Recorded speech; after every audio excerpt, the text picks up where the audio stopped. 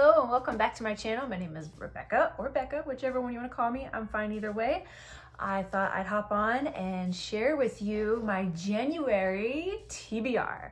If you don't know what TBR is, TBR means to be read. So these are going to be my books that I plan to read this month of January. Now, I already have a little bit of a head start before recording this, but that's okay. The first book on my January TBR that I actually technically already read is Scarlet. Book 2 to the Lunar Chronicles. Cinder is the first one. I read this one like I read this one literally like December 30th and 31st. I finished it just in time for New Year's. And I have already read, let's see if we can zoom in. There it is. Scarlet. So I plan on reading that one. Actually, I already read it. And now I plan to read Cress. These are easy reads. I'm really enjoying them. If you haven't read these books, the Lunar Chronicles, at least so far, I highly recommend. This one was so good. Scarlet was so good. So Cinder was like about a cyborg living in New Beijing, way into the future, and her story kind of falls into like a Cinderella-esque story. Plus there's also a country that lives on the moon called Luna that is watching and waiting to possibly invade Earth. Scarlet follows a girl who lives in France, and her story is kind of like Little Red Riding Hood, and she ends up going on an adventure that will, how do I phrase that? I don't know. I don't want to give away too much. But anyway, there's that. Really excited about that. So Scarlet and Cress are on my January TBR. Technically Scarlet I've already read and I finished it. I finished it in like 2 days. Cress is next, which is this one, and based on the hair, I'd say this one's gonna be kind of like a Rapunzel fairy tale retelling. But again, it's all in the same universe. And I thought these were all the books, 4 books, but I found the box set and there's a few more. So maybe they're novellas or something, I don't know, but there were more. And I was a little surprised. Next up on my list, Elantris by Brandon Sanderson.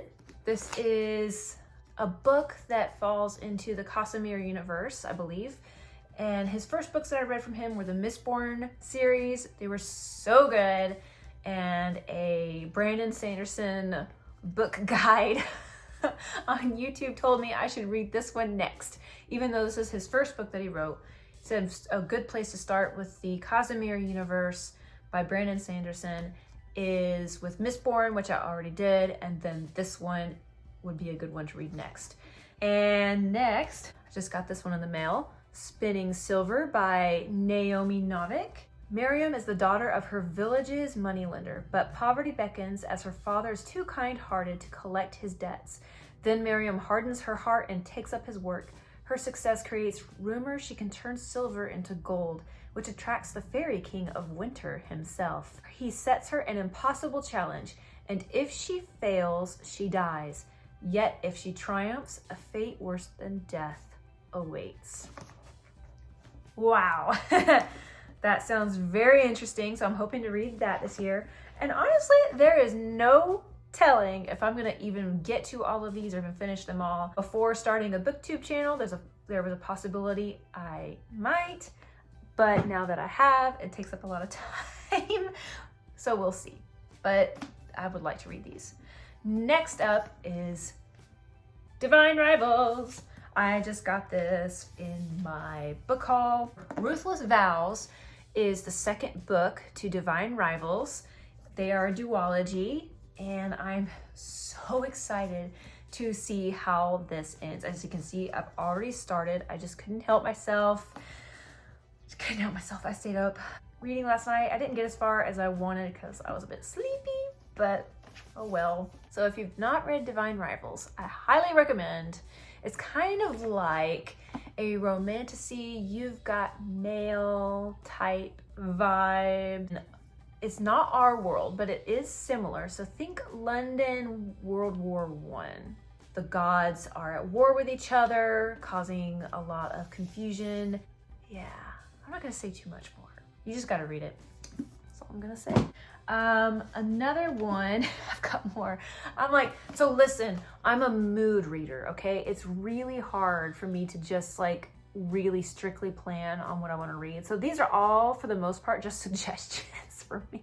So I may or may not get to them, but I'm gonna go for it. So at the moment, I'm actually still working through Basinger.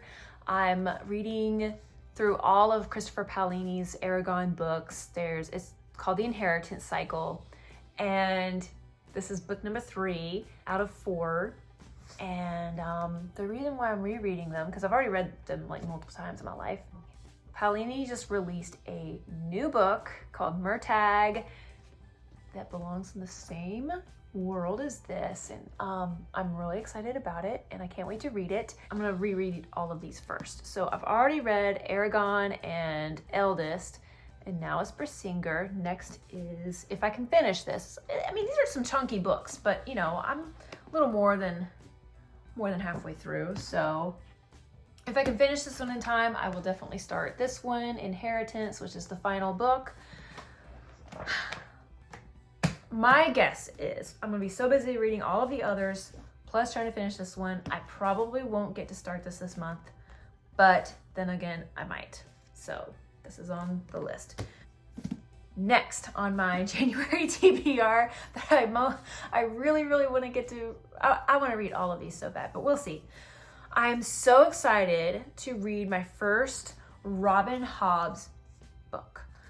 This one is Ship of Magic and it's book 1 of the Live Ship Traders. So apparently there's these ships that are alive because they, you know how, what are they called?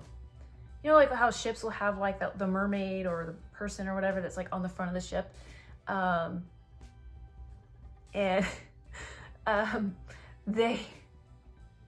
Anyway. So those ships, if they've been in the family for long enough in certain generations, those things like at the front of your ship, like become alive. I don't know what all that means. I'm not really sure what the plot is supposed to be on here. I guess I could read it real quick. Let's read it. Let's just read it real quick.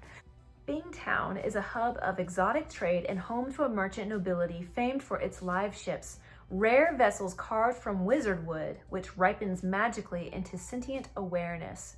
See? Now the fortunes of one of Bingtown's oldest families rest on the newly awakened live ship Vivacia. For Althea Vestrit, the ship is her rightful legacy. For Althea's young nephew, wrenched from his religious studies and forced to serve aboard the Vivacia, the ship is a life sentence. But the fate of the ship and the Vestrits may ultimately lie in the hands of an outsider, the ruthless buccaneer Captain Kennett, who plans to seize power over the pirate isles by capturing a live ship and bending it to his will. That sounds kind of fun. I've been craving something piratey. I feel like we've been spending a lot of time in fairyland with a lot of fantasy books for the last couple, maybe 3 or 4 years, and I'm kind of excited to get into pirates. Sounds a lot of fun to me. Last but not least, this one I definitely plan on reading this month. It should be a fairly easy and quick read. This is called A Bond of Briars by Aaron Phillips.